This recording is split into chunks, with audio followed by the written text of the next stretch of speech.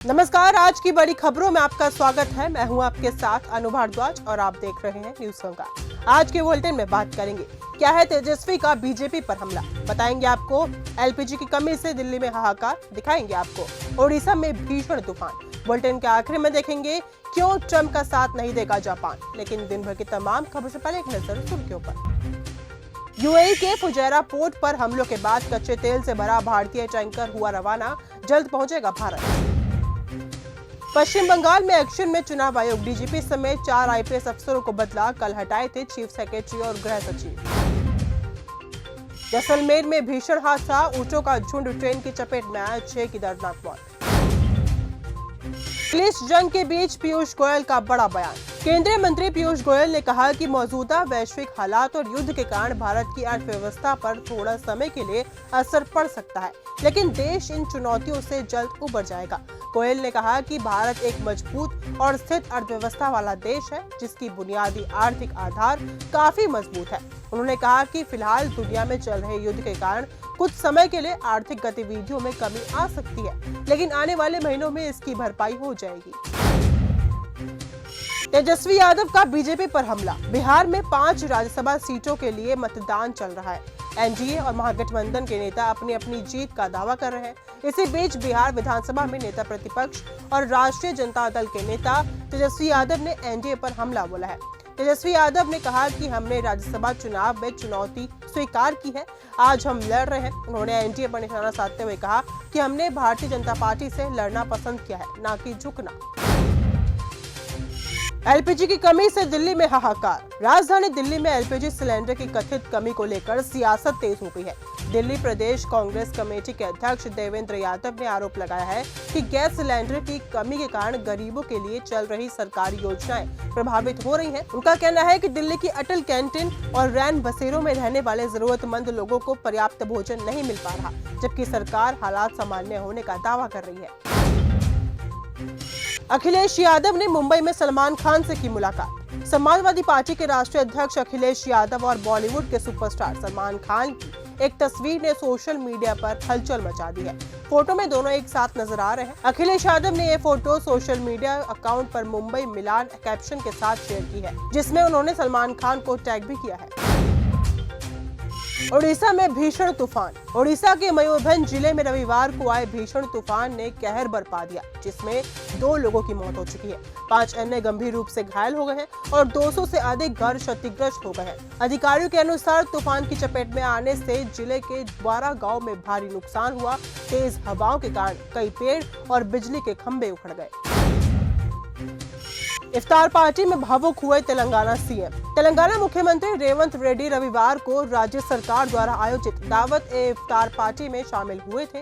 इस दौरान रेवंत मंच से ही लोगों को संबोधित करते हुए भावुक हो गए। मुख्यमंत्री रेवंत रेड्डी ने कहा कि हम इस देश और दुनिया की भलाई के लिए दुआ करते हैं। आज आपकी दुआ की वजह से ही ये दुनिया महफूज है। सांसद पप्पू यादव का बड़ा दावा। बिहार की 5 राज्यसभा सीटों को लेकर आज यानी कि सोमवार को मतदान हुए और देर शाम तक नतीजे भी आ जाएंगे। इसी बीच सियासी गलियारों में बयानबाजी भी जारी है। पूर्णिया सांसद पप्पू यादव ने सोमवार को पटना एयरपोर्ट पर मीडिया से बातचीत में काफी कुछ कहा। उन्होंने सीधे तौर पर बिकने वाले विधायकों और उनके खरीदारों पर निशाना साधा। कांग्रेस के खिलाफ प्रचार करेंगे तेजस्वी यादव। देश में एक बार फिर चुनावी बिगुल बज चुका है। चुनाव की तारीखों के ऐलान के साथ ही राजनीतिक हलचल भी तेज हो गई है। जिन राज्यों में चुनाव होने हैं उनमें केरल भी शामिल है। दक्षिण के इस राज्य में 2 प्रमुख गठबंधनों एलडीएफ और यूडीएफ के बीच ही चुनावी जोर आजमाइश होती जा रही है। बीजेपी की अगुवाई वाले एनडीए भी अपनी पैठ बनाने की कोशिश कर रहे हैं, लेकिन उससे ज्यादा कामयाबी नहीं मिल पा रही है। इसी बीच आरजेडी ने ऐलान किया है कि वो केरल में कांग्रेस की अगुवाई वाले फ्रंट की जगह लेफ्ट फ्रंट के साथ मिलकर चुनाव लड़ेगा। डीके शिव कुमार का बड़ा आरोप।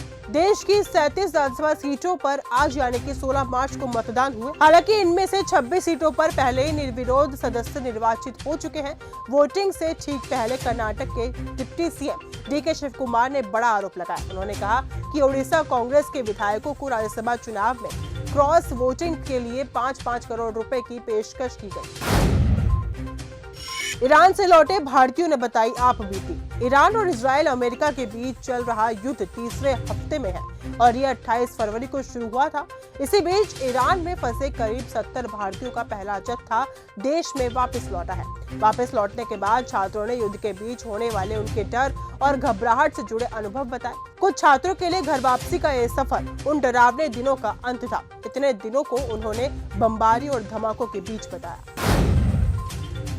रणवीर सिंह की धुरंधर 2 का तूफान। आदित्य धर के डायरेक्शन में बनी फिल्म धुरंधर 2 को लेकर काफी बज़ बन चुका है। इस फिल्म के पहले पार्ट ने ओपनिंग डे पर भारत में सिर्फ 28 करोड़ रुपए की कमाई की थी, लेकिन धुरंधर 2 को लेकर माना जा रहा है कि पहले दिन भारत में इस फिल्म का कलेक्शन 90 से 100 करोड़ रुपए तक हो सकता है। ऐसा इसलिए क्योंकि फिल्म एडवांस बुकिंग में काफी अच्छा परफॉर्म कर रही है। लगातार इस फिल्म की टिकटें बिक रही हैं। ट्रंप का साथ नहीं देगा जापान। जापान के प्रधानमंत्री तकाइची ने संसद में कहा कि टोक्यो के पास हॉर्मुज़ स्ट्रेट से गुजरने वाले तेल टैंकरों की सुरक्षा के लिए अपने नौसैनिक जहाज भेजने की कोई योजना नहीं है। प्रधानमंत्री ने कहा कि हमने अब तक कोई भी फैसला नहीं लिया है कि हम जहाज तैनात करेंगे या नहीं। हम ये देख रहे हैं कि जापान स्वतंत्र रूप से क्या कर सकता है और कानूनी ढांचे के भीतर क्या संभव है। यूएई ने गिरफ्तार किए 19 भारतीय। यूएई ने क्षेत्रीय तनाव के बीच सोशल मीडिया पर भ्रामक और मनगढ़ंत वीडियो क्लिप साझा करने के आरोप में 19 भारतीय नागरिकों समेत कुल 35 लोगों की गिरफ्तारी के लिए आदेश देती है।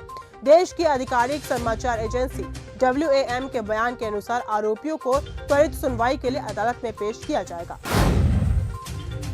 ड्रोन धमाके से दुबई में हड़कंप। ईरान इजराइल जंग के कारण हालात तेजी से बिगड़ते जा रहे हैं। इस जंग में पड़ोसी देशों पर भी हमले किए जा रहे हैं। युद्ध की शुरुआत से अब तक दुबई पर कई बार हमले किए जा चुके हैं। सोमवार सुबह एक ड्रोन गिरने के बाद जोरदार धमाके की आवाज सुनाई दी गई। इस धमाके के बाद वहां मौजूद फ्यूल टैंक में आग लग गई। हालांकि कुछ देर बाद आग पर काबू पा लिया गया। सुरक्षा को देखते हुए दुबई इंटरनेशनल एयरपोर्ट पर भी सभी तरह की उड़ानों को बंद कर दिया गया है। नेतन्याहू ने उड़ाया मौत की अफवाहों का मजाक। इजराइल के प्रधानमंत्री बेंजामिन नेतन्याहू ने सोशल मीडिया पर फैल रही अपनी मौत की अफवाहों को खारिज किया है।